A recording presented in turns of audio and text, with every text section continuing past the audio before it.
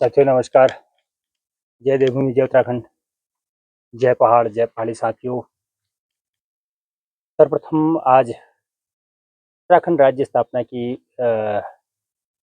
25वां जो है रजत जयंती समारोह मनाया जा रहा है। हालांकि कल को 9 नवंबर को 25 वर्ष पूर्ण होंगे। तो सरकार के द्वारा रजत जयंती समारोह की समस्त प्रदेशवासियों को हार्दिक शुभकामनाएं शुभकामनाएं जरूर प्रेषित करूंगा साथियों, क्योंकि प्रदेश हमारा है, पहाड़ी राज्य की मांग थी और आज 25 वर्षों का अगर मूल्यांकन आप सभी लोगों ने किस प्रकार से किया यह मैं नहीं जानता।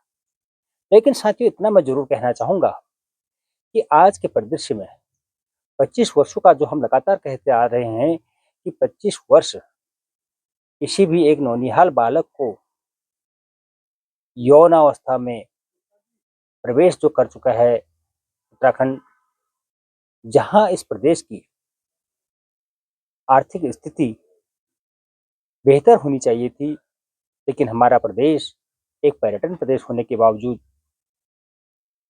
विद्युत प्रदेश होने के बावजूद, ऊर्जा प्रदेश जिसको कहा गया, अनेकों नामों से इसको पुकारा गया, लेकिन आज भी 25 वर्षों के अंतराल में प्रदेश कर्ज के बोझ तले लगातार दबा हुआ है। यही नहीं, इन 25 वर्षों में हम रजत जयंती समारोह जरूर मना रहे हैं, लेकिन कैसा रजत जयंती समारोह, किस प्रकार की रजत जयंती? साथियों मैं यह आप सभी से पूछना चाहूंगा कि रजत जयंती समारोह क्या प्रदेश के जो मूलभूत सुविधाएं हैं, क्या हमारी सरकारों ने उनको पूरा किया?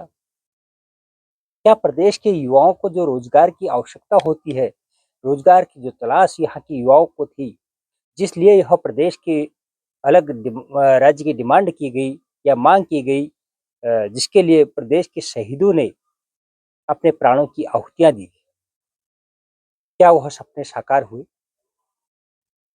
क्या हमारा राज्य चिकित्सा के क्षेत्र में उत्कृष्ट राज्य बन पाया?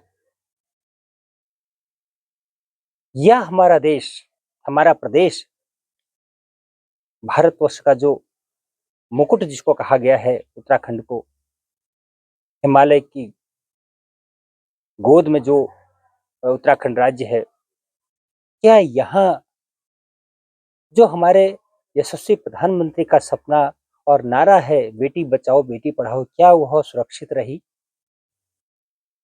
अंकिता जैसी, किरण जैसी, न जाने कितने ऐसे हमारी बच्चियों को बलात्कार और उनकी हत्या तक इस प्रदेश के अंदर की गई। क्या वह हमारी मातृशक्ति सुरक्षित रही? इस प्रदेश के अंदर आखिर ऐसी कौन सी चीज है कि जिसके लिए हम रजत जयंती समारोह मना रहे हैं, लेकिन और प्रदेश की स्थिति, माली हालत अभी भी खराब है, प्रदेश के युवाओं की स्थिति खराब है। हम आज भी, हमारा पहाड़ का युवा पलायन के लिए लगातार मजबूर है। स्वास्थ्य के लिए हम लोग मजबूर हैं। स्वास्थ्य के लिए हम लोग अभी तक रेफरल सेंटरों पर निर्भर हैं। कोई रास्ते में दम तोड़ता है तो कोई हॉस्पिटलों में दम तोड़ रहा है। किस प्रकार की है सुविधाएं? 25 वर्षों के अंतराल आज भी हम दूरस्थ क्षेत्रों में सड़कें नहीं पहुंचा सके, तो किस प्रकार की रजत जयंती? प्रदेश के अंदर पेयजल की व्यवस्था अभी भी खराब, किस प्रकार की रजत जयंती? साथियों, क्या यह हमारे शहीदों के सपनों का उत्तराखंड है जिसकी हम रजत जयंती समारोह मना रहे हैं?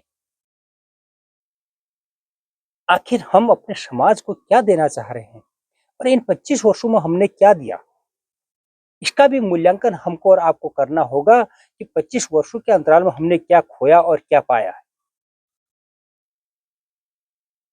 साथियों इतना जरूर कहना चाहूंगा कि 25 वर्षों के अंतराल में हमने अपने पहाड़ खोए हैं, हमने अपनी कृषि भूमि खोई है, हमने अपनी जवानी खोई है, हमने अपने पहाड़ के पानी को, जो जिसकी बात पहले से ही कहते हैं, जिसके लिए राज्य बना था, पहाड़ का पानी और पहाड़ की जवानी रोकने, वो बदस्तूर जारी है। केवल इस रजत जयंती समारोह में आप सभी के साथ इन बातों को साझा करने का मेरा केवल यही मकसद है, क्या हम इस प्रदेश को इसी प्रकार से इसी हालत में देखना चाहते हैं, या इस प्रदेश की जनता एक उत्कृष्ट राज्य के तौर पर इसको देखना चाहती है, जिस प्रदेश के अंदर यहाँ के युवाओं का भविष्य अभी भी अंधकारमय बना हुआ है, या हम इस प्रदेश के युवाओं को प्रदेश के युवाओं की जो भविष्य संवारने की बात करते हैं, क्या हम उसके लिए तत्पर हैं? साथियों, सवाल इन 25 वर्षों में कई खड़े हुए हैं, लेकिन क्या हमने और आपने इसका मनन किया? आवश्यकता आज भी इन 25 वर्षों में जिस पृथक उत्तराखंड राज्य की मांग की थी, आज पुनः हम उस आंदोलन के दौर से गुजर रहे हैं। पूरा प्रदेश आंदोलन के दौर से गुजर रहा है। आखिर किसके लिए? क्या इन 25 वर्षों में यही हमारा सपना रहा है, हमारे शहीदों का यही सपना रहा है कि हमारी जो आज तक की राजधानी, पहाड़ की राजधानी, पहाड़ के मध्य सदनगर गैरसैंण होनी चाहिए थी, और आज भी हम एक असंवैधानिक राजधानी के चंगुल में फंसे हुए हैं? क्या यही हमारे सपनों के शहीदों का राज्य है? क्या हमारे युवाओं के सपनों का यही राज्य है? साथियों, आप सभी लोगों से पुनः मेरा विनम्र अनुरोध है, रजत जयंती समारोह हम मनाएं, लेकिन इन 25 वर्षों का मूल्यांकन हमको और आपको करना होगा।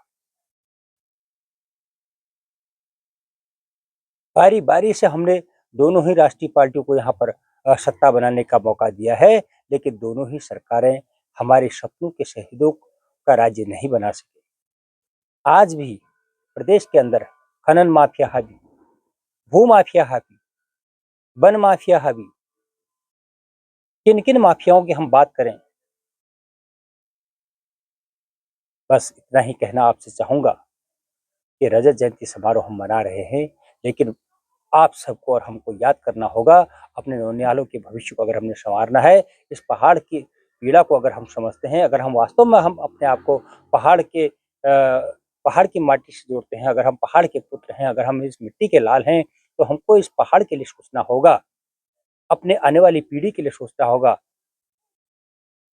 इन बंजर खेतों के लिए सोचना होगा, यहाँ की स्वास्थ्य, शिक्षा और बेरोजगारी के लिए सोचना होगा। साथियों, इससे मैं ज़्यादा कुछ न कहते हुए आप सभी को पुनः उत्तराखंड के उन 42 शहादतों को नमन करते हुए अपनी विनम्र श्रद्धांजलि पेश करता हूं, और आप सभी साथियों से विनम्र आग्रह करता हूं कि मेरे इस यूट्यूब चैनल को लाइक, शेयर और सब्सक्राइब जरूर कीजिएगा। साथियों, शेयर जरूर कीजिएगा। आप सभी के सहयोग से मेरा मनोबल बढ़ता है। इसी के साथ जय देवभूमि, जय उत्तराखंड।